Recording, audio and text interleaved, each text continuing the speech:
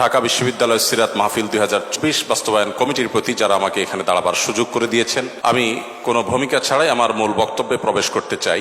আর তার আগে আমি দুটি কথা প্রাসঙ্গিক বলে রাখতে চাই। সেটি হলো, কেন প্রিয় নবী সাল্লাল্লাহু আলাইহি সাল্লাম সম্পর্কে আমাদের জানতে হবে। আমি জানি না এখানে মুসলিম ছাড়া অন্য ধর্মাবলম্বী আমাদের কোনো ভাই বা বোন আছেন কিনা, কিন্তু মিডিয়ার মাধ্যমে আমার কথা হয়তো বা পরবর্তীতে তারা শুনতে পাবেন। আমি তাদেরকে সহ বলতে চাই, মুসলিম অমুসলিম যে কোনো মানুষ যদি তিনি সত্যি সত্যানুসন্ধানী হয়ে থাকেন, আমার মনে হয় তার জীবনে একবার হলেও মুহাম্মদ সাল্লাল্লাহু আলাইহি সাল্লামের জীবনী পাঠ করে দেখা উচিত। কারণ একজন মানুষ দুনিয়ার আলো দেখার আগেই বাবাকে হারিয়েছেন, পৃথিবীর আলো দেখার পরপরই মাকে হারিয়েছেন। বাবা এবং মা দুজনকে মানুষ যখন একেবারে শৈশবের শুরুতে হারিয়ে ফেলেন, ঠিক এরকম পরিস্থিতিতে একটা শিশুর জীবনের সামনের দিনগুলো কত কঠিন হয় সেটা বলার অপেক্ষা রাখে না। প্রিয় নবী সাল্লাল্লাহু আলাইহি সাল্লামের জীবনে দুঃখ এবং কষ্ট এখানে শেষ হয়নি, বরং শুরু হয়েছে। কৈশোরে যেতে না যেতেই তার সবচেয়ে বড় অবলম্বন, তার সবচেয়ে বড় আশ্রয়দাতা দাদা আব্দুল মুত্তালিবের ছায়াও তিনি হারিয়েছেন। এবং তিনি সামান্য একটু যখন সমাজে মাথা উঁচু করে দাঁড়াচ্ছিলেন, ততক্ষণে তার বহু চ্যালেঞ্জ সামনে চলে এসেছে। আর ঠিক সেই সময়টাতে তাকে ঘর থেকে যিনি সর্বাত্মক সহযোগিতা করছেন, ভেতর থেকে যিনি তাকে অনুপ্রেরণা দিচ্ছিলেন, তার সেই সহধর্মিনী খাদিজা রাদিয়াল্লাহু তাআলা আনহা, আর বাহির থেকে যিনি তাকে আশ্রয় দিচ্ছিলেন, সহযোগিতা করছিলেন, তার একমাত্র অবলম্বন ছিলেন, পায়ের তলের মাটি ছিলেন সেই চাচা আবু তালেব। ঠিক একই সময় আল্লাহ রাব্বুল আলামিন এই দুটি ছায়াকেও তার মাথার উপর থেকে সরিয়ে নিলেন। এরপর শুরু হলো মক্কার চিরচেনা মানুষগুলোর অচেনা আচরণ, তাদের সেই দুঃসহ নির্যাতন, জুলুম, এই সবগুলোকে পাশ কাটিয়ে তিনি আপন মিশনকে বাস্তবায়নের লক্ষ্যে এগিয়ে যেতে লাগলেন। যখন মক্কাতে আর থাকতে পারছিলেন না, আল্লাহর নির্দেশে হিজরত করলেন মদিনায় গিয়ে। সেখানে একটু শান্তিতে বসবাস করবেন সেই সুযোগটাও তাকে দেয়া হয়নি। তাকে সেখানে চাপিয়ে দেওয়া হয়েছে বদর, উহুদ, খন্দক, একের পর এক যুদ্ধ, বিগ্রহ, আগ্রাসন, জুলুম, নিষ্পেষণ। একটি একটি করে বাধা পেরিয়ে তিনি মাত্র মদিনায় হিজরতের পর 10 বছরের মধ্যে গোটা পৃথিবীর মোড় পরিবর্তন করে তার মিশনকে সাকসেসের সর্বোচ্চ শিখরে পৌঁছে তারপর দুনিয়া থেকে চলে গেলেন। একজন মানুষ যার পৃথিবীর আলো দেখার আগে থেকেই বিপদ মাথার উপর ছিল, পৃথিবীতে আসার পর পদে পদে একটার পর একটা পায়ের তলের মাটিগুলো সরে যেতে লাগলো। মৃত্যুর আগ মুহূর্ত পর্যন্ত যার বিরুদ্ধে এত ষড়যন্ত্র, এত বাধা, এত বিপত্তি, এত সংকট, এত কিছুর পরও মাত্র 10 বছরে গোটা পৃথিবীর মোড়কে পরিবর্তন করে পৃথিবীর নতুন ইতিহাস রচনা করে যে মহানায়ক চলে গেলেন, যে মহামানব চলে গেলেন, আপনি অন্য ধর্মাবলম্বী মানুষ হলেও আপনি সত্যানুসন্ধানের দৃষ্টির কারণে শুধুমাত্র এই লোকটি সম্পর্কে আপনার জানা প্রয়োজন। যে মানুষটির সামগ্রিক জীবনে একটি জায়গা পাওয়া যায় না যে জায়গাটি দেখে বলা যায় যে এখানে তিনি একটি ভুল সিদ্ধান্ত গ্রহণ করে সরি বলতে বাধ্য হয়েছেন। আপনাদের কারো জানা আছে? তার জীবনে যারাই লিখেছেন তাদের কেউ কিন্তু এরকম কোনো জায়গা বের করতে পারেননি যে 63 বছরের জীবনে 63 সেকেন্ডের জন্য এমন কোনো সিদ্ধান্ত গ্রহণ করেছেন যার জন্য তাকে প্রায়শ্চিত্ত করতে হয়েছে। কে সে মানুষ? কি ছিল তার জীবনীতে? কিভাবে সম্ভব? আমরা তো আমাদের জীবনকে পরিবর্তন করবার জন্য, আমাদের ফ্যামিলির অর্থনৈতিক অবস্থাকে শুধুমাত্র পরিবর্তন করবার জন্য 30-40 বছরের কেরিয়ার অনেক সময় যথেষ্ট হয় না। সেখানে একজন মানুষ একটি পরিবার নয়, একটি দেশ নয়, একটি পৃথিবীর পরিপূর্ণ মোড়কে পরিবর্তন করে পৃথিবীর পুরো যে টার্নিং পয়েন্ট, সেই টার্নিং পয়েন্ট সৃষ্টি করে জাহান্নামমুখী পৃথিবীকে জান্নাতমুখিতার দিকে যিনি নিয়ে এসেছেন মাত্র 10 বছরের প্রচেষ্টায়, শত সহস্র বাধা সত্ত্বেও সে মানুষটিকে, সে সফল মানুষটিকে এত বাধার পাহাড় ডিঙ্গিয়ে কিভাবে তিনি সাফল্যের চূড়ান্ত শিখরে পৌঁছেছেন তাকে জানা বোধ হয় আমাদের বিবেকের দাবি। তাকে জানা বোধ হয় আমাদের নিজেদের প্রয়োজনে, আমাদের সাফল্যের প্রয়োজনে। আল্লাহ তাআলা আমাদের সবাইকে তাকে বারবার তার জীবনীকে পুনর্পাঠ করার তৌফিক দান করুন। দ্বিতীয়ত যে কথাটি আমি বলতে চাই তা হলো, আপনারা অনেকে হয়তো শুনে থাকবেন, ইসলামী বিশ্ববিদ্যালয় কুষ্টিয়ার সাবেক এক সময়ের প্রফেসর ছিলেন, রোড অ্যাক্সিডেন্টে মারা গেছেন ডক্টর খন্দকার আব্দুল্লাহ জাহাঙ্গীর রহমতুল্লাহ আলাই অত্যন্ত চমৎকার একটি উপমা দিয়েছিলেন। স্যার বলেছেন যে মোবাইল ফোন যেরকম দুই রকম, একটাকে আমরা সহজে বোঝার জন্য বাটন ফোন বলি, আরেকটা হলো স্মার্টফোন। স্যার বলেছেন যত প্রাণী আল্লাহ তাআলা সৃষ্টি করেছেন, এই সব প্রাণী, মানুষ সহ অন্য সমস্ত প্রাণীকে দুই ভাগে ভাগ করা হয়েছে।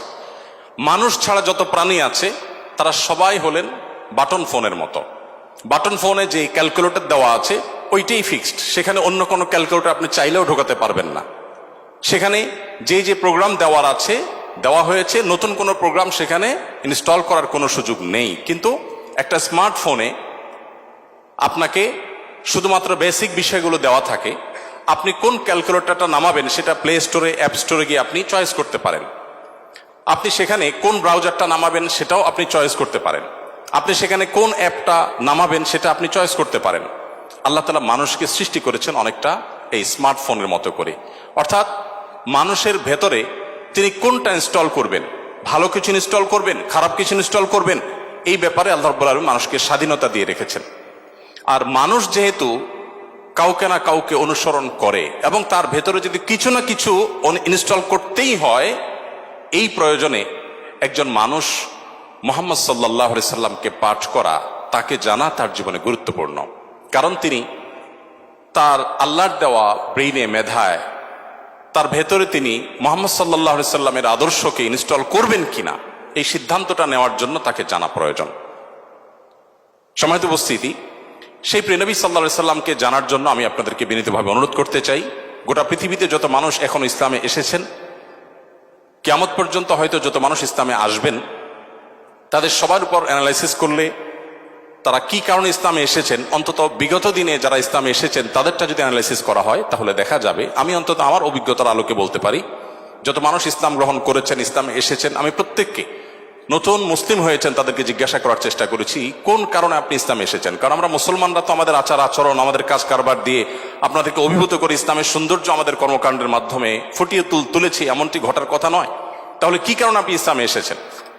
যত মানুষ ইসলামে এসেছে তার মধ্যে উল্লেখযোগ্য সংখ্যক ইসলামে এসেছেন কোরআন পাঠ করে, আর অবশিষ্ট যারা ইসলামে এসেছেন তাদের বড় অংশ ইসলামে এসেছেন প্রিয় নবী সাল্লাল্লাহু আলাইহি ওয়াসাল্লামের সিরাত পাঠ করে। বিধায় আমি আপনাদের সবাইকে উদাত্ত আহ্বান রাখতে চাই যে আপনার জীবনে একবার নয়, বারবার করে প্রিয় নবী সাল্লাল্লাহু আলাইহি ওয়াসাল্লামকে জানুন, তার জীবনের শুরু থেকে শেষ পর্যন্ত নির্মোহভাবে পড়ুন। আমি নিশ্চিত করে বলতে পারি যে এটি আপনাকে প্রশান্তির চরম শেখরে পৌঁছে দিবে, আপনার ইমানের মিটারকে অনেক বেশি উপরে তুলে দিবে। আল্লাহ তাআলা আমাদের সবাইকে সেই তৌফিক দান করুন। সম্মানিত উপস্থিতি, প্রিয় নবী সাল্লাল্লাহু আলাইহি সাল্লামের জীবনের বিভিন্ন দিক নিয়ে আপনারা আলোচনা শুনেছেন। আমি খুব সংক্ষেপে প্রিয় নবী সাল্লাল্লাহু আলাইহি সাল্লাম কিভাবে দুর্বলদের আশ্রয় কেন্দ্র ছিলেন সে বিষয়ে কিছু কথা আরজ করতে চাই। প্রিয় নবী সাল্লাল্লাহু আলাইহি সাল্লাম সবসময় দুর্বলদেরকে আগলে রাখার চেষ্টা করতেন, দুর্বলদের পক্ষে কথা বলতেন।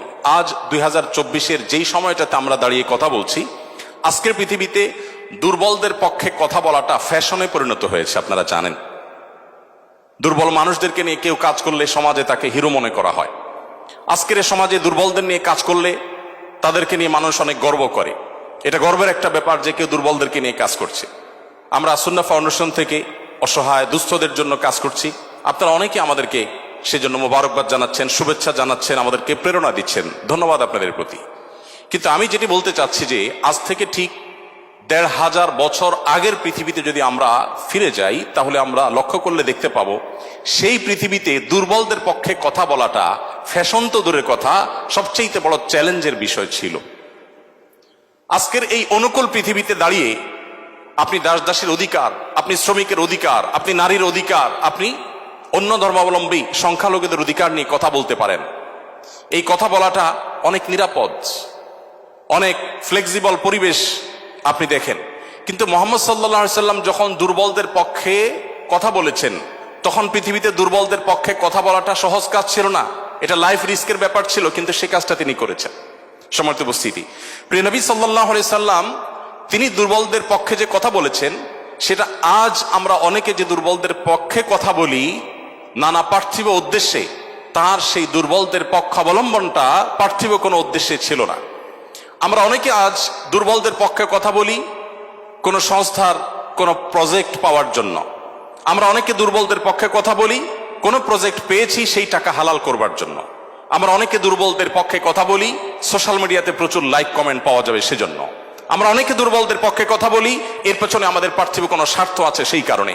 মুহাম্মদ সাল্লাল্লাহু আলাইহি সাল্লাম সেই ব্যক্তি ছিলেন যিনি দুর্বলদের পক্ষে কথা বলেছেন প্রচন্ড প্রতিকূল পরিবেশে। তার সেই কথার বিপরীতে তাকে থ্যাঙ্কস বলার মতো পৃথিবীতে কোনো মানুষ ছিল না তখন।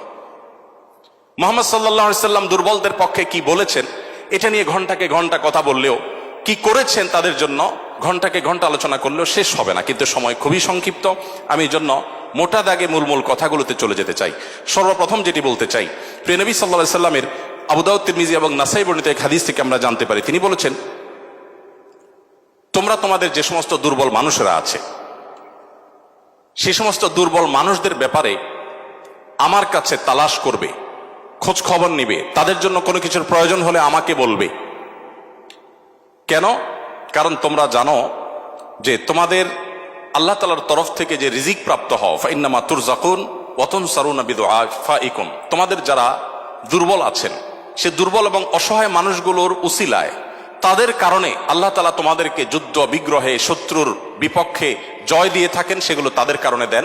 আবার একইভাবে তোমাদের যে রিজিক আল্লাহ তাআলা দিয়ে থাকেন, এই রিজিকটা তোমাদের মধ্যে থাকা যে দুর্বল মানুষগুলো আছে তাদের কারণে আল্লাহ তাআলা দিয়ে থাকেন।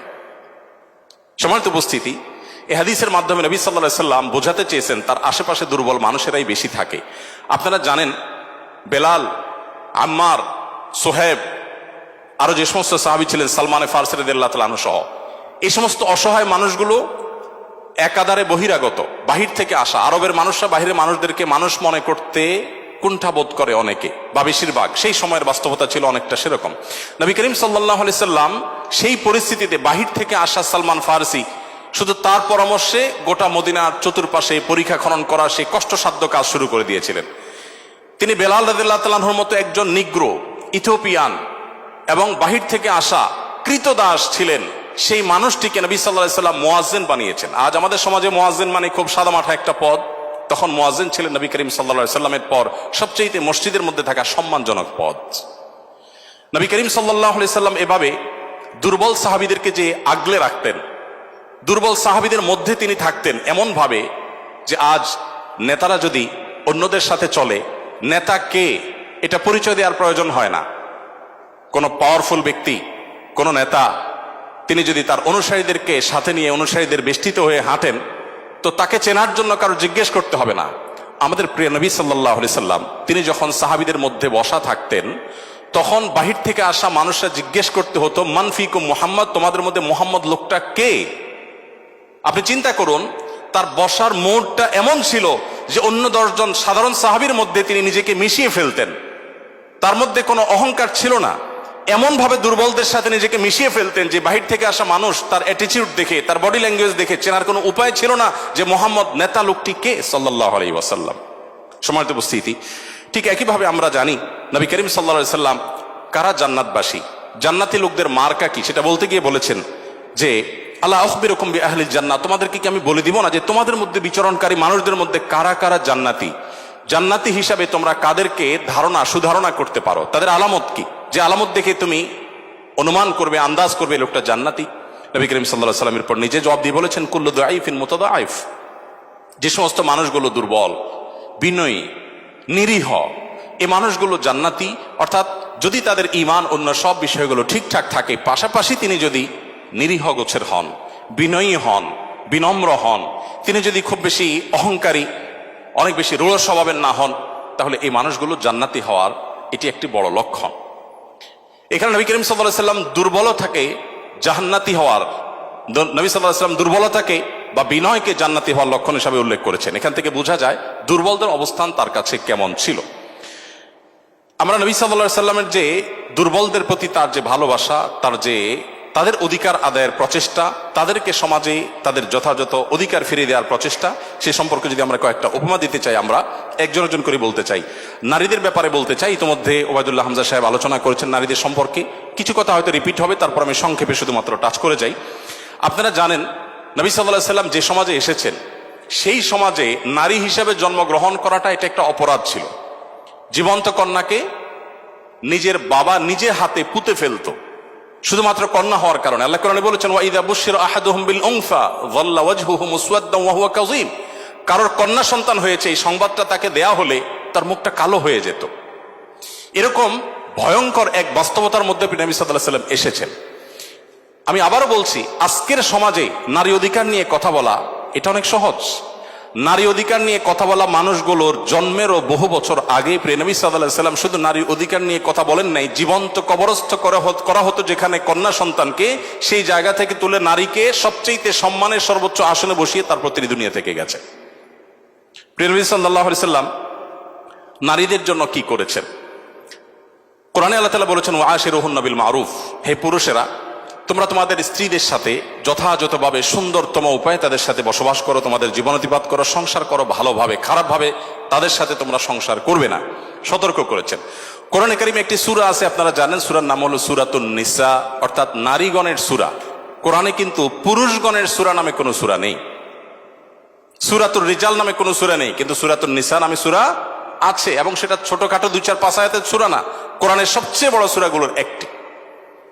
এবং কোরআনে শুধুমাত্র নারীদের বিধিবিধান বর্ণনা করবার জন্য সূরা তাহরিম, সূরা তালাক, অনেকগুলো সূরা আল্লাহ তাআলা নাজিল করেছেন স্পেশাল নারীদের বিধিবিধান বর্ণনা করবার জন্য। পুরুষদের জন্য আলাদা কোনো স্পেশাল বিধিবিধান, তাদের অধিকার, তাদের করণীয়, তাদের বিষয়গুলোকে আলোকপাত করবার জন্য কোনো আলাদা স্পেশাল কোনো সূরা নেই। আপনারা জানেন কোরআনে আল্লাহ রাব্বুল আলামিন নারীদের সম্পর্কে যত আলোচনা করেছেন, শুধু সেগুলোই ঘন্টায় ঘন্টা আলোচনা করলে শেষ করা যাবে না। প্রিয় নবী সাল্লাল্লাহু আলাইহি সাল্লাম তার, আপনারা জানেন, একাধিক স্ত্রী ছিলেন। একাধিক স্ত্রী থাকলে দাম্পত্য জীবনে টুকটাক মনোমালিন্য হয়, তার ক্ষেত্রেও হয়েছে।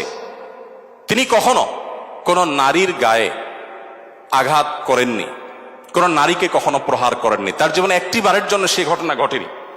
আপনারা অনেকে হয়তো শুনে থাকবেন, উহুদের যুদ্ধে প্রিয় নবী সাল্লাল্লাহু আলাইহি সাল্লামের তরবারি একজন সাহাবীকে দেয়া হয়েছে। তিনি দূর থেকে লক্ষ্য করলেন একজন নারী খুব বিভৎস একটি দৃশ্যের অবতারণা করেছেন, তার নাম ছিল হিন্দা, আপনারা জানেন। তিনি নবী করিম সাল্লাল্লাহু আলাইহি সাল্লামের প্রিয় চাচার লাশ কেটে কলিজা বের করে চাবাচ্ছেন। এরকম নির্মম এবং পাশবিক অত্যন্ত ভয়ঙ্কর একটি চিত্র ওই সাহাবী দেখতে পেয়ে নবী সাল্লাল্লাহু আলাইহি সাল্লামের তরবারি তার হাতে, তিনি দৌড়ে দূর থেকে আফসা আফসা দেখছেন, কাছাকাছি গেলেন।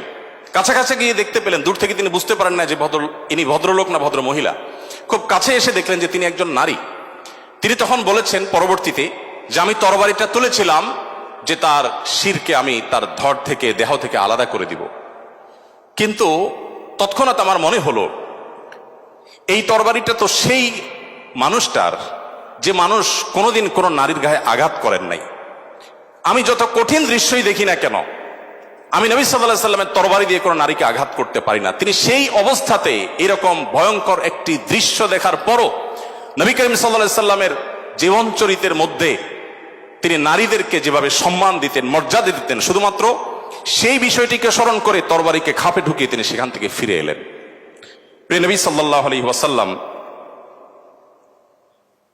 তিনি যুদ্ধের ময়দানে কয়েক শ্রেণী মানুষকে কোনোভাবেই যেন হত্যা না করা হয় তার জন্য আগে থেকে বলে রেখেছেন, এবং যুদ্ধের আগে যোদ্ধাদেরকে, মুজাহিদদেরকে বলে রাখতেন, খবরদার রণাঙ্গনে শত্রুপক্ষের অন্য সব মানুষকে আঘাত করলো, নারীদেরকে আঘাত করবে না। আপনারা এই জন্য সাহাবীদের মধ্যে পুরুষ সাহাবীদের শহীদ হওয়ার অনেক লম্বা ফিরিস্তি বা লিস্ট আপনারা দেখতে পান, মহিলা সাহাবীদের লিস্ট খুব বেশি একটা দেখা যায় না। যদিও পুরুষদের আল্লাহর জন্য জীবন উৎসর্গ করার এই পথের সর্বপ্রথম পথ নির্দেশ করেছেন যিনি, অবাক করা বিষয় হলো তিনি একজন নারী, সুমাইয়া রাদিয়াল্লাহু তাআলা আনহা। প্রিয় ভাইরা আমার, নবী করিম সাল্লাল্লাহু আলাইহি সাল্লাম তার জীবনের একেবারে শেষের দিকের বক্তব্যগুলোর, ভাষণগুলোর একটি ছিল ইস্তাউসু বিন নিসাই খায়রা, তোমরা নারীদের ব্যাপারে আমার কাছ থেকে ভালো ওসিয়ত গ্রহণ করো। অর্থাৎ আমি তোমাদেরকে ওসিয়ত করছি, আমি জীবনের শেষ মুহূর্তে, অন্তিম মুহূর্তে তোমাদেরকে উপদেশ দিচ্ছি, নারীদের বেলায়, মহিলাদের ব্যাপারে তোমরা ভালো আচরণ করবে, এটি আমার কাছ থেকে শুনে রাখো। নবী করিম সাল্লাল্লাহু আলাইহি ওয়াসাল্লাম তিনি তিনটি জিনিসকে খুব বেশি ভালোবাসতেন, তিনটি জিনিস তার কাছে খুব বেশি প্রিয় ছিল। আপনারা অনেকে হাদিসটি জানেন। তার একটি ছিল সুগন্ধি, তিনি পারফিউম, আতর খুব পছন্দ করতেন। আরেকটি ছিল সালাত, নামাজ, এটি তার চক্ষু শীতলতার কারণ ছিল, তার অনেক ভালো লাগতো নামাজ আদায় করতে। আরেকটি ছিল নারী। এখানে নারী প্রিয়র অর্থ হলো বাবা এবং মায়ের মধ্যে নবী সাল্লাল্লাহু আলাইহি সাল্লাম বাবার চাইতে মাকে বেশি প্রায়োরিটি দিতেন। সন্তানের মধ্যে ছেলে এবং মেয়ের মধ্যে মেয়েকে বেশি ভালোবাসতেন, এত বেশি ভালোবাসতেন যে প্রিয় নবী সাল্লাল্লাহু আলাইহি সাল্লামকে আল্লাহ তাআলা ছেলে সন্তান দিয়েছেন, তাদের সবাইকে শৈশবে মৃত্যু দিয়েছেন, তার একমাত্র 4টি কন্যা সন্তানকে বাঁচিয়ে রেখেছেন। দিন শেষে তিনি কন্যাদের বাবা হয়ে বেঁচেছিলেন, ছেলেদের বাবা হয়ে বেঁচে ছিলেন না। ঠিক একইভাবে প্রিয় নবী সাল্লাল্লাহু আলাইহি ওয়াসাল্লামের আরেকটা হাদিস সহিহ মুসলিমে বর্ণিত হয়েছে, আমরা জানি নবী সাল্লাল্লাহু আলাইহি ওয়াসাল্লাম বলেছেন, কেউ যদি তার দুটি কন্যা সন্তানকে প্রাপ্তবয়স্ক হওয়া পর্যন্ত সুন্দর আচরণ করে, যথাযথভাবে লালন পালন করে, কোনো প্রকার বৈষম্য না করে, অবিচার না করে, তাদের প্রতি সদাচরণ করে, তো কিয়ামতের ময়দানে নবী সাল্লাল্লাহু আলাইহি ওয়াসাল্লাম বলেছেন সেই লোক শুধু জান্নাতে যাবে না, কিয়ামতের দিন আল্লাহ নবী সাল্লাল্লাহু আলাইহি ওয়াসাল্লাম বলেছেন আনা ওয়া হুয়া কাহাতাইন, সে এই দুটি আঙ্গুল যেরকম পাশাপাশি অবস্থান করছে জান্নাতে আমার ঠিক কাছাকাছি এইভাবে অবস্থান করবে, দুটি কন্যা সন্তানকে যথাযথভাবে পালন করবার কারণে।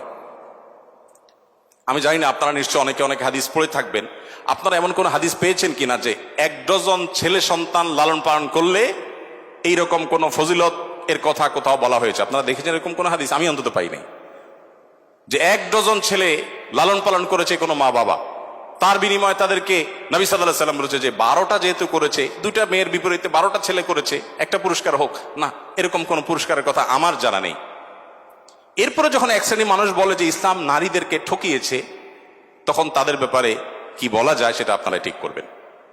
সম্মানিত উপস্থিতি, নবী করিম সাল্লাল্লাহু আলাইহি ওয়াসাল্লাম বলেছেন, কোন বাবা, কোন অভিভাবক, কোন প্যারেন্টস, কোন মা যদি কোনো কন্যার কারণে কন্যা দায়গ্রস্ত হয়ে পড়েন, সমাজের মানুষের কুসংস্কারের কারণে যদি তার মুখটা ছোট হয়ে যায়, কোনো কারণে তিনি যদি কোণঠাসাময় পরিস্থিতির মধ্যে পড়ে যান, এরপরও তিনি যদি সেই মেয়েদেরকে লালন পালন করার ক্ষেত্রে কোনো কার্পণ্য না করেন, সমাজের বিরুদ্ধে দাঁড়িয়ে বুক টান টান করে যদি তার কন্যাদেরকে তিনি ভালোবাসা দেন, সদাচরণ করেন, তাদের অধিকার যথাযথভাবে দিয়ে দেন,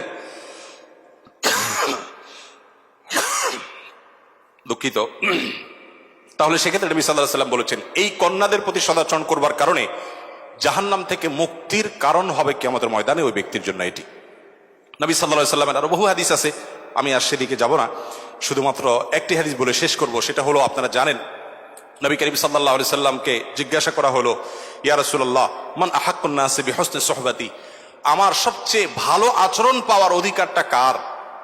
নবীজি সাল্লাল্লাহু আলাইহি ওয়াসাল্লাম বলেছেন উম্মাক, তুমি সবচেয়ে ভালো আচরণ করবে তোমার মায়ের। এরপর জিজ্ঞাসা করা হলো, হে আল্লাহর রাসূল তারপর? আপনারা জানেন হাদিসটি খুবই প্রসিদ্ধ হাদিস, তিনি বলেছেন তারপর তোমার মায়ের। জিজ্ঞাসা করা হলো তারপর, এরপরে বললেন তারপরও তোমার মায়ের। এরপর সাহাবী যখন জিজ্ঞাসা করলেন ইয়া রাসূলুল্লাহ তারপর, এরপর বললেন তোমার বাবার। আপনারা অনেকে শুনেছেন ডক্টর জাকির নায়েক, তিনি এই হাদিস প্রসঙ্গে বলেছেন আল্লাহ নবী সাল্লাল্লাহু আলাইহি ওয়াসাল্লাম গোল্ড মেডেলটাও দিলেন মাকে, তারপর সিলভার মেডেলটাও দিলেন মাকে, ব্রোঞ্জটাও দিলেন মাকে, বাবাকে দিলেন একটা সান্ত্বনা পুরস্কার। এরপরে যদি কেউ বলে যে ইসলাম নারীদেরকে ঠকিয়েছে, যে যুক্তিতে বলে সেটা আপনারাও জানেন আমিও জানি, বলা হয় বাবার সম্পদে ছেলে যদি 2 টাকা পায়, মেয়ে 1 টাকা পায়, এখানে মেয়ের প্রতি অবিচার করা হয়েছে। আপনারা জানেন এর মতো হাস্যকর একটা দাবি আরেকটি হতে পারে না, কারণ ছেলে বেচারা, এতক্ষণ শুধু মেয়েদের কথা বলছি, আসলে একটু ছেলেদেরকে আমরা দুর্বল হিসেবে দেখি। ছেলে বেচারা প্রাপ্তবয়স্ক হওয়ার পর বাবা মা তার ভরণ পোষণ দিতে বাধ্য নন। যদি বাবা মা বলেন যে তুমি প্রাপ্তবয়স্ক হয়ে গেছো, তোমার চাল ডাল তুমি জোগাড় করো, বাবা মা সেটা বলতে পারেন, সে রাইট তাদের আছে। বিয়ে এখনো বেচারা করে নাই, মাত্র প্রাপ্তবয়স্ক হয়েছে। এরপর প্রাপ্তবয়স্ক হওয়ার পর যখন বিয়ে শাদী চিন্তা করে, বাপ মা এটা বলতেই পারেন যে বাবা তোমার বিয়ে শাদীর টাকা তুমি জোগাড় করো, আমি তোমার বইয়ের গহনা কিনে দিব, মোহর জোগাড় করব, তোমার খরচ খরচা দিব। এটা বাবা মা করতে বাধ্য নন শরীয়তের দৃষ্টিকোণ থেকে, ছেলেরটা ছেলেকেই জোগাড় করতে হবে। আপনাদের অনেকগুলো প্রশ্ন আমার কাছে আসছে, এর মধ্যে সবচেয়ে কমন যে প্রশ্ন বারবার এসেছে সেটা হলো যুবকদের প্রশ্ন, বাবা মা বিয়ে দিতে চায় না, আমরা কি করব? আমি সে প্রশ্ন উত্তরে যেতে পারবো কিনা জানি না, তবে তরুণদের আহাজারে আমাকে খুব কষ্ট দেয়, কারণ আমি খুব বেশি বয়সে বিয়ে করিনি, আমি এখন নানা হয়েছি, আপনারা অনেকে জানেন। আমার এই বয়সে আমি নানা হয়েছি, এটা অনেকে শুনলে আসমান থেকে নাজিল হওয়ার উপক্রম হয় যে কিভাবে সম্ভব। তো আমি বলি, আমি আমার সংসার জীবন গোছানো শেষ, আমি এবং আমার মিসেস সহ বাকি জীবন আরামের সাথে দেশ বিদেশ যদি ঘুরেও বেড়াই, আল্লাহ বিল্লাহ করে বাকি জীবন কাটিয়ে দিই, আমার কোনো টেনশন নাই, কারণ আমার সংসারের সব সেট আপ করা শেষ। সে সমস্ত মানুষদেরকে দেখে আমার করুণা হয়, মায়া হয়, যারা আর্লি ম্যারেজকে দোষণীয় মনে করে তারা অনেক বেশি দেরি করে তথাকথিত নিজের পায়ে দাঁড়ানোর কথা বলে 30-35 পার হওয়ার পর বিবাহ শাদী করেন। এই মানুষগুলো তাদের ছেলে মেয়ে হইতে হইতে, প্রথম তো আবার ছেলে মেয়ে নেওয়া যাবে না, একটা লম্বা সময় এনজয় করতে হবে, 40-এর পর হয়ে যায় ছেলে মেয়ে হতে হতে। এরপর এই ছেলে পড়ালেখা করে গ্রাজুয়েশন করতে করতে 55-60 চুই হয়ে যায়, ততক্ষণে সংসারের ঘানি টানতে থাকে। আল্লাহ না করুন ছেলেটা যদি অমানুষ হয়, এই বেচারা বৃদ্ধ বয়সে আর যাওয়ার কোনো উপায় নাই। আবার সন্তান তো একটা বা দুইটা বেশি নেওয়া যাবে না, তাহলে তার দুঃখের কোনো শেষ আছে? আর আমার সবকিছু কমপ্লিট। এখন ছেলে মেয়ে যদি বেশি বেতাল হয়, বেলাইন হয়, সোজা কানটা মলে দিয়ে দরজা দেখা দিতে কোনো অসুবিধা নাই, কারণ আমার সেকেন্ড, থার্ড, ফোর্থ অপশন আছে, অনেকগুলো সন্তান আছে। আর দ্বিতীয়ত আমার বয়সে এখনো অনেকখানি বাকি আছে। যাই হোক, আমি সেদিকে যাচ্ছি না। আমি যেটা বলছিলাম সেটা হলো ছেলেদের, এই বেচারাদের যে অসহায়ত্ব, এটার কথা কেউ বলে না। দেখেন, আমিও নারীদের ওয়াজি করে গেলাম, ছেলেদের অসহায়ত্বের কথা একটু বলি। এই বেচারারা যতদিন বাবার সংসারে থাকবে, তোমার ঘানে তুমি টানো, বাবা মা বাধ্য না। মেয়েকে কিন্তু এটা বাবা বা মা বলতে পারেন না। এরপর যখন বিয়ে হবে, বিয়ের সময় ওই যে ছেলেরা চিরকুট নিয়ে আসে, হুজুর একটু বলে দেন আমার আব্বা এখানে আছে। আমি পল্টনে একটা হোটেলের উদ্বোধনী দিনে আমার এক বন্ধু মানুষ সেখানে গেছিলাম। এক ছেলে তার বাবাকে ধরে আমার কাছে নিয়ে আসছে, এসে বলছে, হুজুর আপনার অনেক ওয়াজ শুনছি, আজকে আমার বাপরে হাতের কাছে পাইছি, আমাকে বিয়ে দেন। আমি বহু বলছি, আজকে আপনি হাতে নাতে বলেন। আমি নিজের লজ্জা লাল হয়ে গেলাম, যে ছেলে কি বেহায়ার মতো কথা। যাই হোক, তো এই বেচারারা বিয়ে করতে যাবে, বাপ বলে যে কি করো তুমি, বিয়ে করবে মানে টাকা কামাই করো। মেয়েদের বিয়ের সময় কি বাবা মা এটা বলে তুমি কয় টাকা কামাই করছো তোমার বিয়ে দিব? বলার সুযোগই নাই, রাইটই নাই। এরপরে বিয়েটা যখন হয়ে যায়, এই বেচারা এতদিন নিজের পেট পালা লাগতো, এখন বউয়ের পেট পালো, ছেলে মেয়ের পেট পালো, অর্থাৎ তাদের রিজিকের ব্যবস্থা করো, তাদের উপার্জনের দায় দায়িত্ব তার। নিজের বাবা মা যদি বৃদ্ধ হয়ে যান, অসহায় হয়ে যান, তাদের দায়িত্ব তার। বাপের বাড়ি যাওয়ার সময় বাজারটা তার করতে হয়, শ্বশুর বাড়ি যাওয়ার সময় মিষ্টির প্যাকেটটার টাকাও তাকে দিতে হয়। শতভাগ খরচ ছেলের, শতভাগ খরচ কার? ছেলের। আর বাপের সম্পদে পাবে হলো 2 টাকা, 2 আনা, আর মেয়ে পাবে 1 টাকা। তার অন্যের খরচ তো দূরের কথা, নিজের খরচই তার উপরে বর্তায় না। ইসলাম কি তাকে কম দিয়েছে না বেশি দিয়েছে? একজনকে 2 টাকা দিয়ে বাজারে পাঠিয়ে বিরাট বড় ফর্দ দেখাই দিয়েছেন, এতগুলো সব তোমাকে আনতে হবে। আরেকজনকে 1 টাকা দিয়ে বললেন যে তুমি শুধুমাত্র এই টাকা দিয়া যা খুশি তা করতে পারো। তাহলে এই 1 টাকা যাকে দেওয়া হয়েছে তার অধিকার কি কম দেওয়া হয়েছে না বেশি দেওয়া হয়েছে? আল্লাহর সাথে পাল্লা দিলে গোল্লা যাওয়া ছাড়া কোনো উপায় থাকে না। যারা নিজের বিবেক দিয়ে আল্লাহ সুবহানাহু ওয়া তাআলার বিচারকে, বিশ্লেষণকে বিচার করতে চায়, তারা আল্লাহর উপরে ওই যে খোদার উপরে খোদাগিরি বলে, যে সে মূর্খতা ছাড়া আর কিছুই করছে না। আমি শ্রদ্ধা রেখে তাদের প্রতি এটা বলতে বাধ্য হলাম। যাই হোক, আমি যেটা বলছিলাম যে নবী সাল্লাল্লাহু আলাইহি ওয়াসাল্লাম মেয়েদের সম্পর্কে এত কথা বলেছেন। দেখুন যে মা হিসাবে মেয়েদের মর্যাদা এত বেশি। ইমাম মালিক রহমতুল্লাহ আলাইহি একটি চমৎকার কথা বলেছেন। তিনি বলেছেন যে আল আম্বিয়াউ আবুল বানাত। আপনারা অবাক হবেন, যত নবী রাসূল পৃথিবীতে এসেছেন, বেশিরভাগ নবী রাসূলদেরকে আল্লাহ তাআলা ছেলে সন্তান না দিয়ে মেয়ে সন্তান দিয়েছে। যাই হোক, মেয়েদের ব্যাপারে কথা বেশি হয়ে যাচ্ছে, এক পেশে হয়ে যাচ্ছে, আমরা একটু অন্য কোন অপশনে চলে যাই। এরপরে যেটি বলতে চাই তা হলো বিধবা এবং ইয়েতিমদের ব্যাপারে। দেখুন, ইয়েতিম বিধবার ব্যাপারে নবী করিম সাল্লাল্লাহু আলাইহি সাল্লাম বলেছেন, বুখারীতে হাদিসটি বর্ণিত হয়েছে, আস-সাইলাল আরমালাতি ওয়াল মাসাকিন কাল মুজাহিদি ফি সাবিলিল্লাহ আও কাল্লাযী ইয়াকুমুল লাইলা ওয়া ইয়াসুমুন নাহার। যে ব্যক্তি কোনো বিধবার ব্যয়ভারের দায়িত্ব গ্রহণ করবে, যে ব্যক্তি কোনো ইয়েতিমের লালন পালনের দায়িত্ব গ্রহণ করবে, অভিভাবকত্বের দায়িত্ব গ্রহণ করবে, নবী সাল্লাল্লাহু আলাইহি সাল্লাম বলেছেন এই ব্যক্তি আল্লাহর রাস্তায় রণাঙ্গনে জিহাদরত ব্যক্তি আল্লাহর কাছে যে মর্যাদা লাভ করবে, নিজের জায়গায় বসে থেকে অসহায় বিধবার দায়িত্ব, বিধবা ভাতা দিয়ে তার দায়িত্ব গ্রহণ করলে এই ব্যক্তিকে আল্লাহ তাআলা সেই মর্যাদা দান করবেন। আপনি এরকম কোন হাদিস দেখাতে পারবেন না যে একটা লোক বেচারার বউ মরে গেছে, মন মরা থাকে, যদি কোনো ভদ্র মহিলা তার আশ্রয় দেওয়ার জন্য তিনি অনুপযুক্ত হওয়া সত্ত্বেও নিজেকে পেশ করেন, উপস্থাপন করেন, আর তার আশ্রয় হয়ে যান, তাহলে নবী সাল্লাল্লাহু আলাইহি সাল্লাম বলেছেন তার এই পুরস্কার আছে। নিশ্চয়ই ভালো কাজের সওয়াব আছে, কিন্তু আলাদা পার্টিকুলার কোনো সওয়াবের কথা নবী সাল্লাল্লাহু আলাইহি সাল্লাম বলেন নাই। কিন্তু একজন বিধবার ব্যাপারে কিন্তু সেই কথা বলা হয়েছে। ইয়েতিমের ব্যাপারে নবী সাল্লাল্লাহু আলাইহি সাল্লাম বলেছেন, আনা ওয়া কাফিদুল ইয়াতিমি কাহাতাইন। আমি এবং ইয়েতিমের অভিভাবক, যিনি ইয়েতিমের দায়িত্ব নেন, এই দুইজন এই দুটি আঙ্গুলের মতো পাশাপাশি জান্নাতে অবস্থান করবো। আপনারা অনেকে বলতে পারেন যে জান্নাতে এই লোক নবীর কাছে থাকবে, এর আগে শুনলাম 2টা কন্যা লালন পালন করলে সেও নবী সাল্লাল্লাহু আলাইহি ওয়াসাল্লাম কাছে থাকবে, তো নবী সাল্লাল্লাহু আলাইহি ওয়াসাল্লামের কাছে কতজন থাকবে?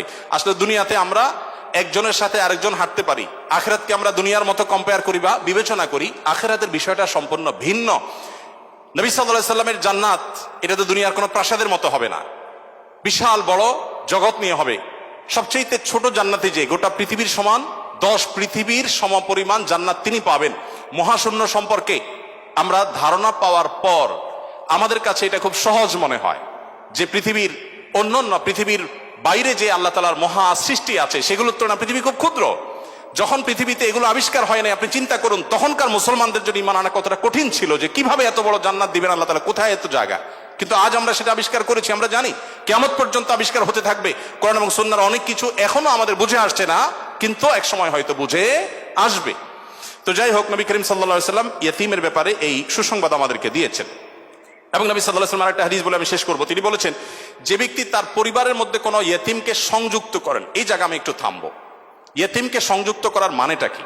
আমাদের দেশে ইয়েতিম বা গরিবের বাচ্চাকে লালন পালন অনেকেই করেন, কিন্তু সেটা নিজের ধান্দায় করেন, গরিবের প্রয়োজনে না। কিভাবে সেটা?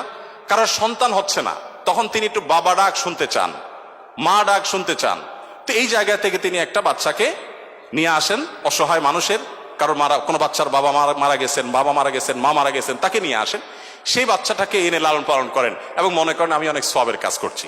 আপনি অবশ্যই সওয়াবের কাজ করছেন না যদি আপনার উদ্দেশ্য হয় আপনার যে মা ডাক শোনা, বাবা ডাক শোনা সেটা, আর যদি আপনার উদ্দেশ্য হয় যে না আমি তাকে লালন পালন করতে চাই, সে তার মায়ের কাছেই থাকুক, আমি তার ভরণ পোষণ দিব, তার পড়াশোনার খরচ চালাবো, তার অভিভাবকত্ব করব, তাকে আশ্রয় দিব, তাহলে আপনি এই হাদিসের সুসংবাদ পাবেন ইনশাআল্লাহ তাআলা। আপনি যদি নিজে পার্থিব কোনো স্বার্থে তাকে লালন পালন করেন তাহলে এই হাদিসের মর্যাদা আপনি লাভ করবেন না। নবী করিম সাল্লাল্লাহু আলাইহি ওয়াসাল্লাম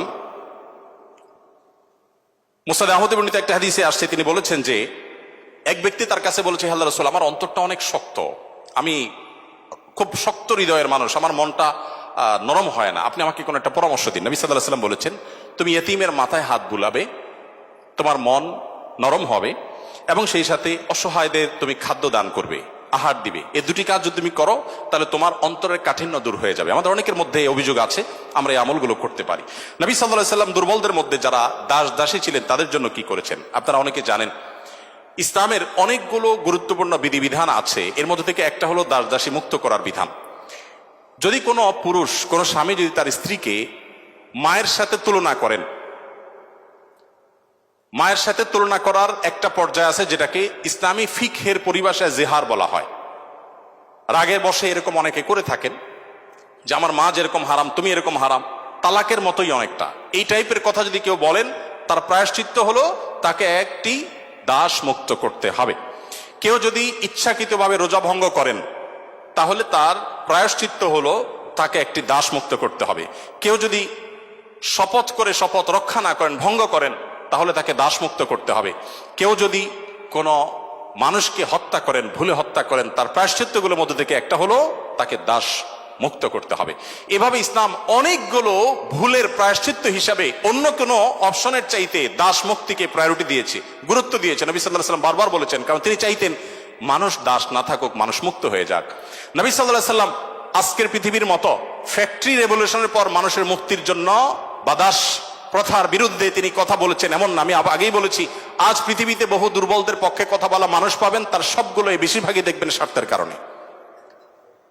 আমরা নিজেরাও দুর্বলদের সহযোগিতা করি। এই যে বন্যা গেল, অনেকেই বন্যার সময় ত্রাণ নিয়ে গেছেন জাস্ট একটা ছবির জন্য, অনেকে ত্রাণ নিয়ে গেছেন, কষ্ট করেছেন, শুধু তার একটা লাইভ দরকার, কিছু লাইক দরকার, কিছু কমেন্ট দরকার, কিছু বাহবা দরকার। তো নবী সাল্লাল্লাহু আলাইহি ওয়াসাল্লাম দাস দাসীদের মুক্তির জন্য কথা বলেছেন সেই সমাজে যখন দাস দাসী ছিল আজকের যুগে বিএমডব্লিউর মালিক হলে যেরকম গর্বের, দাস দাসী থাকা সেরকম গর্বের। এরকম মূল্যবান এসেট কোনো বিনিময় ছাড়া মুক্ত করে দেওয়ার জন্য নবী সাল্লাল্লাহু আলাইহি ওয়াসাল্লাম উৎসাহিত করতেন। শুধু তাই নয়, আপনারা জানেন যে নবী করিম সাল্লাল্লাহু আলাইহি ওয়াসাল্লাম বলেছেন, কোন দাসকে যদি কেউ মুক্ত করে তাহলে ওই দাসের প্রতিটি অঙ্গকে মুক্ত করার বিনিময়ে যে ব্যক্তি এই কাজটি করলেন, আল্লাহ তাআলা ওই ব্যক্তিকে তার ওই অঙ্গকে জাহান্নাম থেকে মুক্তির পরওয়ানা দান করবেন। নবী সাল্লাল্লাহু আলাইহি ওয়াসাল্লাম আরেকটি হাদিসে আছে, তিনি বলেছেন জীবনের শেষ কথা। নবী সাল্লাল্লাহু আলাইহি ওয়াসাল্লামের জীবনের শেষ কথা কি আমরা জানি, অনেকে জানি। আসসালাতু আসসালাত ওয়া মা মালাকাত আইমানুকুম, অর্থাৎ নবী করিম সাল্লাল্লাহু আলাইহি ওয়াসাল্লামের জীবনের শেষ কথা ছিল তোমরা নামাজের ব্যাপারে দায়িত্বশীল থাকবে, নামাজের ব্যাপারে দায়িত্বশীল থাকবে এবং তোমাদের দাস দাসীদের ব্যাপারে দায়িত্বশীল আচরণ করবে। এটা ছিল তার জীবনের শেষ কথা। একটা মানুষের কাছে দাস দাসীদের অধিকার কত গুরুত্বপূর্ণ হলে, অধীনস্থ মানুষগুলোর অধিকার কত গুরুত্বপূর্ণ হলে জীবনের শেষ কথা এটা বলে চলে যান যে তোমরা তাদের ব্যাপারে খবরদার, সদাচরণ করবে, তাদের প্রতি কোনো জুলুম অবিচার করবে না। আপনারা অনেকে আবু মাসউদ আনসারী রাদিয়াল্লাহু তাআলা আনহুর নাম শুনেছেন। আবু মাসউদ আনসারী রাদিয়াল্লাহু তাআলা আনহু তার একজন দাসকে প্রহার করছিলেন, অধীনস্থকে, কাজের লোককে প্রহার করছিলেন। নবী সাল্লাল্লাহু আলাইহি ওয়াসাল্লাম পেছন থেকে বললেন, এ আলম আবু মাসউদ, সাবধান, শুনে রাখো আবু মাসউদ, লাল্লাহু আকদারু আলাইকা মিনকা আলাই, তুমি এই দাসের প্রতি যতটা পাওয়ার রাখো, হোল্ড করো, আল্লাহ তাআলা তোমার উপর তার চেয়ে বেশি পাওয়ার হোল্ড করেন, মাইন্ড ইট। এই কথা শোনার পর আবু মাসউদ আনসারী রাদিয়াল্লাহু তাআলা আনহু সেই দাসকে মুক্ত করলেন। বলে, ইয়া রাসূলুল্লাহ, আমি তাকে মুক্ত করে দিলেন। তখন নবী সাল্লাল্লাহু আলাইহি ওয়াসাল্লাম বলেছেন, যদি তুমি আজ তাকে মুক্ত না করতে, জাহান্নাম তোমাকে স্পর্শ করতো। আব্দুল্লাহ ইবনে ওমর রাদিয়াল্লাহু তাআলা আনহু বলেছেন, আমি নবী করিম সাল্লাল্লাহু আলাইহি ওয়াসাল্লামকে বলতে শুনেছি, যে ব্যক্তি কোনো দাসের প্রতি জুলুম করবে, তাকে অন্যায়ভাবে প্রহার করবে, তার কাজের লোককে, অধীনস্থ লোককে, তার প্রায়শ্চিত্ত হলো সে অধীনস্থ লোকটাকে সে মুক্ত করে দিতে হবে, দাস মুক্ত করে দিতে হবে, যেটা সহজ কোনো ব্যাপার ছিল না তখন। বুখারীর একটি বিশ্ববিখ্যাত হাদিস, স্বর্ণের অক্ষরে যেটা টানিয়ে রাখা দরকার আমাদের বাসা বাড়িতে। নবী সাল্লাল্লাহু আলাইহি ওয়াসাল্লাম বলেছেন, ইখওয়ানুকুম খাওয়ালুকুম, তোমাদের ভাই ব্রাদার যারা, তারাই তোমাদের অধীনস্থ কাজের মানুষ। এই মানুষগুলো সম্পর্কে নবী সাল্লাল্লাহু আলাইহি ওয়াসাল্লাম বলেছেন, জাআলাহুমুল্লাহু তাহতা আইদিকুম, তাদেরকে আল্লাহ তাআলা তোমাদের অধীনস্থ করে দিয়েছেন। এর মধ্যে ইঙ্গিত রয়েছে আল্লাহ চাইলে তোমাকে তার অধীনে করে দিতে পারতেন। অতএব ফামান কানা আখুহু তাহতা ইয়াদি, যে ব্যক্তির তার ভাই তার অধীনে থাকবে, অর্থাৎ কোনো দাস, কোনো দাসী অথবা যে কোনো কাজের মানুষ, এই হাদিসে দাস দাসী কথা বলা হয়নি, যে কোনো কাজের লোক, অধীনস্থ মানুষ যদি কারোর অধীনে থাকে, ফালইউতইমহু মিম্মা ইয়াকুল, তাহলে সে যা খায় একই কোয়ালিটির খাবার যেন তাকে অফার করে, এবং সে যা পোশাক পরে একই কোয়ালিটির পোশাক যেন তাকে পরায়। একটু থামতে চাই এখানে। আপনি একটু কল্পনা করুন, এমন একজন মানুষের, যিনি অনেক পয়সার মালিক, অনেক বড় পদ হোল্ড করেন, তিনি তার ড্রাইভার তার জন্য যখন পোশাক কিনছিলেন, একই সময় তার নিজের পোশাকও কিনছিলেন। একই পোশাক যেটা তার জন্য কিনেছেন, সেম পোশাক ড্রাইভারের সাইজ অনুযায়ী, একই কোয়ালিটির, একই কালারের, একই জিনিস ড্রাইভারের জন্য কিনেছেন। এই দৃশ্যটা কি কল্পনা করা যায়? আজকের বাস্তবতা এটা কি খুব সহজ বিষয় মনে হয়? আমরা তো অনেকে অধীনস্থ মানুষদের পাশে বসে খাবো এটাকেই দোষী বিষয় মনে করি। আমরা কি নিজেদেরকে সভ্য মানে দাবি করি? আজকের পৃথিবীর মানুষের সভ্যতা যেখানে গিয়ে ঠেকবে, নবী সাল্লাল্লাহু আলাইহি ওয়াসাল্লাম তিনি এবং তার সাহাবা একরাম পৃথিবীকে যেই জায়গায় রেখে গেছেন সভ্যতার, সেখানে পর্যন্ত আজকের পৃথিবী সভ্যতার সর্বোচ্চ শিখরে গিয়ে পৌঁছতে পারবে না। নবী করিম সাল্লাল্লাহু আলাইহি ওয়াসাল্লাম তিনি, তাকে একবার জিজ্ঞাসা করা হলো যে, হে আল্লাহ রাসূল, আমাদের যে কাজের লোক আছে, খাদেম আছে, এই লোকগুলোর যত ভুল করে কয়বার মাফ করা যায় আপনি একটু বলেন? মানে এটা সীমা আছে তো, কতবার মাফ করা যায়? নবী করিম সাল্লাল্লাহু আলাইহি ওয়াসাল্লাম চুপ থাকলেন। লোকটা আবার একই কথা বললেন, নবী সাল্লাল্লাহু আলাইহি ওয়াসাল্লাম চুপ থাকলেন। তিনি আবার যখন বললেন, নবী করিম সাল্লাল্লাহু আলাইহি ওয়াসাল্লাম বলেছেন, দিনে 70 বার মাফ করবা। কতবার?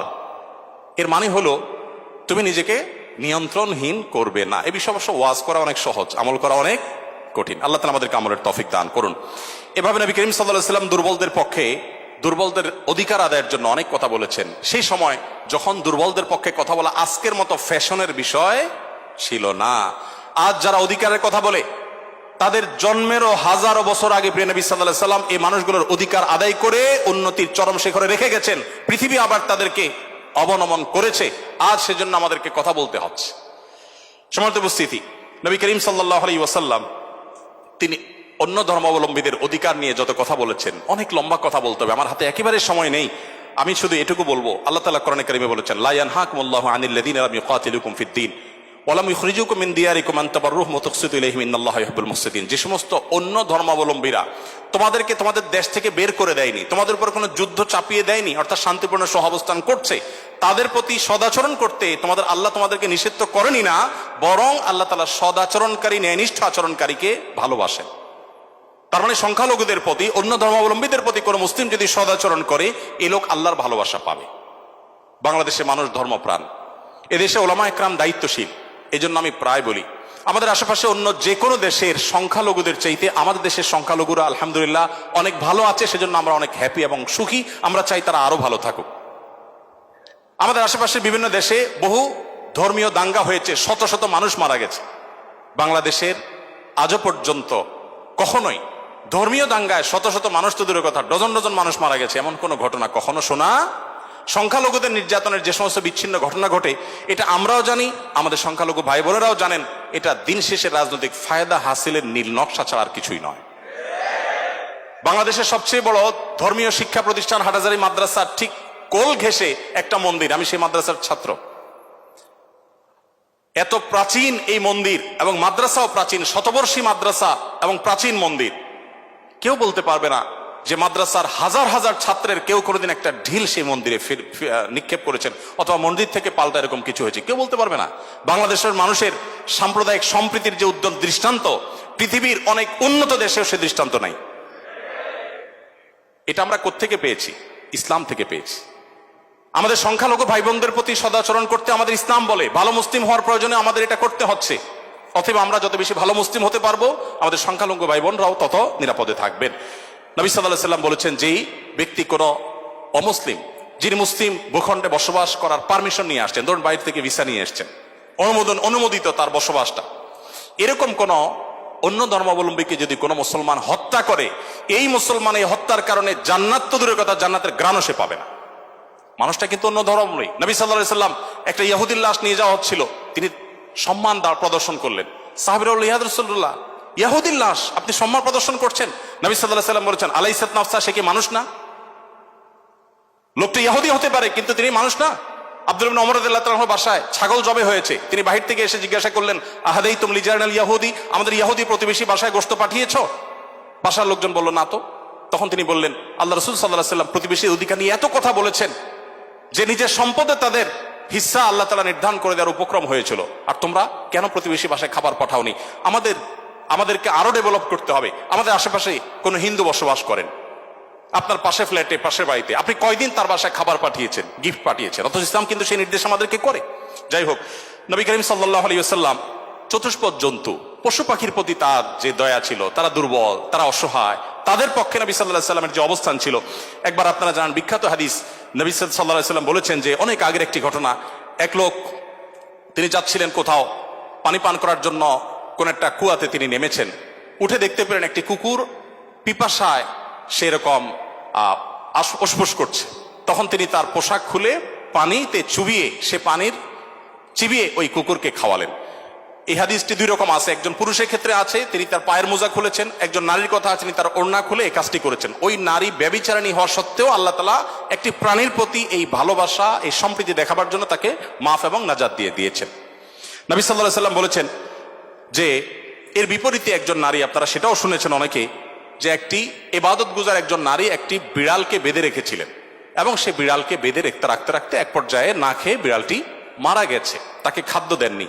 শুধুমাত্র এই কারণে তিনি ইবাদত গুজার হওয়া সত্ত্বেও আল্লাহ তাআলা ওই নারীকে জাহান্নামী হিসেবে ঘোষণা করেছেন, শুধু একটা প্রাণীর জীবনের প্রতি এই হেয়ালিপনা করার জন্য। এখন প্রাণী তো দূরের কথা, মানুষের জীবন আমরা শেষ করে ফেলছি নির্দয় ভাবে। নবী করিম সাল্লাল্লাহু আলাইহি ওয়াসাল্লামের আরো হাদিস আমরা জানি, একটা পাখির দুটি বাচ্চাকে কেউ একজন ধরে নিয়ে গেলেন। নবী আলাইহিস সালাম যখন দেখলেন এই কাজটি কেউ করেছে, তখন বললেন যে কে কাজটি করেছো? তখন নবী করিম সাল্লাল্লাহু আলাইহি ওয়াসাল্লাম তাকে ডেকে বললেন, যাও, এই যে পাখি, মা পাখিটা সে ছটফট করছে, আমি দেখতে পাচ্ছি, এই বাচ্চাগুলোকে সেখানে রেখে আসো, এটা তোমার জন্য জায়েজ নাই, মা পাখির বাচ্চাগুলোকে তুমি ছিনিয়ে আনবে জাস্ট তোমার বিনোদনের জন্য। তখন নবী করিম সাল্লাল্লাহু আলাইহি সাল্লাম ওই নির্দেশ সাহাবীকে করেছেন এবং ভৎসনা করেছেন এই কাজটি করবার জন্য। এর বিপরীতে আরেকটা ঘটনা আমরা জানি, এর পাশাপাশি আরেকটা ঘটনা আমরা জানি, নবী সাল্লাল্লাহু আলাইহি সাল্লাম এক ব্যক্তিকে দেখলেন, তিনি পিপিলিকার উপদ্রব থেকে বাঁচার জন্য আগুন দিয়ে পোড়াচ্ছেন। তিনি বলেছেন, খবরদার, লা ইউআযযিবু বিন-নার ইল্লা রাব্বুন নার, আগুন দিয়ে পুড়িয়ে নির্মম ভাবে তুমি এটাকে হত্যা করতে পারো না। যদি হত্যা করতেই হয় তাহলে তুমি এমনি পিষে মেরে ফেলো, অন্য কোনো ভাবে মেরে ফেলো, নির্মম ভাবে তুমি মারতে পারো না। আমাদের অনেকে দেখবেন যে ওই যে এক ধরনের আঠা পাওয়া যায় ইঁদুর মারা, সে আঠা দিয়ে ইঁদুর মারার চেষ্টা করেন, নির্মম ভাবে মৃত্যু, হত্যা করা বা নিধন করা, এটা জায়েজ নাই। সে আপনাকে উপদ্রব করে, আপনি হত্যা করতে পারেন, কিন্তু নির্মম ভাবে হত্যা করবার বা হত্যাকে আপনি এনজয় করবেন, এই অধিকার আপনাকে ইসলাম দেয়নি। নবী করিম সাল্লাল্লাহু আলাইহি ওয়াসাল্লাম তার সাহাবী আব্দুল্লাহ ইবনে সাঈদ ইবনে জুবায়ের বলেছেন যে সাহাবী আব্দুল্লাহ ইবনে ওমর রাদিয়াল্লাহু তাআলা আনহু একবার যাচ্ছিলেন, দেখলেন যে কুরাইশের কিছু যুবক কিছু পাখিকে বেঁধে রেখে তীর নিক্ষেপ করছিলেন হাত সই করার জন্য, এবং ওই পাখিগুলার যে মালিক তাকে বলেছেন যেটা লাগবে না, মিস হবে, ওই তীরটা তোমার, বিনিময়ে তুমি তীর পেয়ে যাবে, আর লাগলে তো পাখি মারা যাবে। এটা জাস্ট মজা করছিল তারা। দেখেন আল্লাহ নবী সাল্লাল্লাহু আলাইহি সাল্লামের সাহাবী আব্দুল্লাহ ইবনে ওমর যখন এসেছেন, জাস্ট তাকে দেখেছে, দেখার সাথে সাথে দৌড়ে পালিয়ে গেছে তারা, ওই যুবকরা। কারণ জানেন যে নবী সাল্লাল্লাহু আলাইহি সাল্লামের সাহাবী কোন প্রাণীর প্রতি নির্মমতাকে সহ্য করবেন না, চলে গেছে তারা। তখন এবার আব্দুল্লাহ ইবনে ওমর রাদিয়াল্লাহু তাআলা আনহু বলেছেন, আল্লাহ লানত এবং অভিশাপ নাজিল হয় ওই মানুষগুলোর প্রতি যারা কোন প্রাণীকে এরকম বিনোদনের জন্য জাস্ট তীর মেরে, গুলি মেরে বিভিন্নভাবে লক্ষ্যবস্তু তাদেরকে বানায়। নবী করিম সাল্লাল্লাহু আলাইহি ওয়াসাল্লামের জীবনের বহু ঘটনা আছে, আমরা বলে শেষ করতে পারবো না, আমি একেবারে শেষের দিকে চলে আসছি। একবার নবী করিম সাল্লাল্লাহু আলাইহি ওয়াসাল্লাম একটি ওট দেখতে পেলেন, খুব ক্ষীণকায়, জীর্ণশীর্ণ, দুর্বল, এবং তার চোখে পানি। নবী সাল্লাল্লাহু আলাইহি ওয়াসাল্লাম তার শরীরের উপরে খুব আলতো করে হাত বুলিয়ে দিলেন। তখন সেই ওটের আচরণ দেখে বর্ণনাকারী সাহাবী বলছেন, মনে হচ্ছিল সে অনেকটা প্রশান্তি অনুভব করেছে। তখন তিনি ওটের মালিককে ডেকে বললেন যে এই ওটকে তুমি কেন ভালো করে খাবার দাবার দাও না, তারপর তার ব্যাপারে তুমি আল্লাহকে কেন ভয় করো? নবী সাল্লাল্লাহু আলাইহি ওয়াসাল্লাম তাকে সতর্ক করলেন। ঠিক একইভাবে নবী সাল্লাল্লাহু আলাইহি ওয়াসাল্লাম ঐতিহাসিক একটি হাদিস সহিহ মুসলিম বর্ণিত, যে তিনি বলেছেন, ইন্নাল্লাহা কাতাবাল ইহসানা আলা কুল্লি শাই ফাইদা কাতালতুম ফাহসিনুল কিতলাহ ওয়া ইযা যাবাহতুম ফাহসিনুজ যিবহা। যদি কেউ কোন প্রাণীকে জবে করতে হয়, জবে করে খেতে হয়, আল্লাহ তার জন্য হালাল করেছেন, সেও যেন নির্মম ভাবে জবে না করে। এই জন্য ছুরি যেন ভালো করে ধার দিয়ে নেয়, যাতে করে পশুর প্রতি নির্মমতা করতে করতে ধীরে ধীরে তাকে যেন হত্যা করতে না হয়। এমনকি কোনো মানুষকে যদি মৃত্যুদণ্ড দিতে হয়, তাকেও যেন নির্মম ভাবে হত্যা না করা হয়। প্রয়োজনে তাকে যদি মৃত্যুদণ্ড দিতে হয়, এমনকি রণাঙ্গনে যদি শত্রুপক্ষ হয়, নির্মম ভাবে তার অঙ্গ প্রত্যঙ্গ কেটে টুকরা টুকরা করবেন। এই নির্মমতা করার অনুমতি ইসলাম আপনাকে দেয়নি, আপনাকে মানুষ হতে বলেছে ইসলাম। নবী সাল্লাল্লাহু আলাইহি ওয়াসাল্লাম এক ব্যক্তিকে দেখলেন যে তিনি তার কোন একটা পশু জবাই করার জন্য শুয়ে তারপরে সেই পশু ছুরি ধার দিচ্ছেন। একদিক থেকে শুয়েছেন, হয়তো পাও দিয়ে পাড়া দিয়ে ধরে রেখেছেন, আর অপর দিক থেকে হাত দিয়ে তিনি ছুরি ধার দিচ্ছিলেন। নবী সাল্লাল্লাহু আলাইহি ওয়াসাল্লাম বলেছেন যে আতুরিদু আন তুমিতাহা মাউতা, তুমি কি চাও এই প্রাণীটাকে কয়েকবার হত্যা করতে? কেন তুমি আগে ছুরি ধার দিয়ে আনো নাই? নবী করিম সাল্লাল্লাহু আলাইহি ওয়াসাল্লাম একটি গাধার পাশ দিয়ে যাচ্ছিলেন, দেখতে পেলেন যে গাধাটার উপরে কেউ ছেক দিয়েছে, কোন লোহাটো হাতে দাগ দিয়ে ছেক দিয়েছে, ক্ষত বিক্ষত হয়েছে।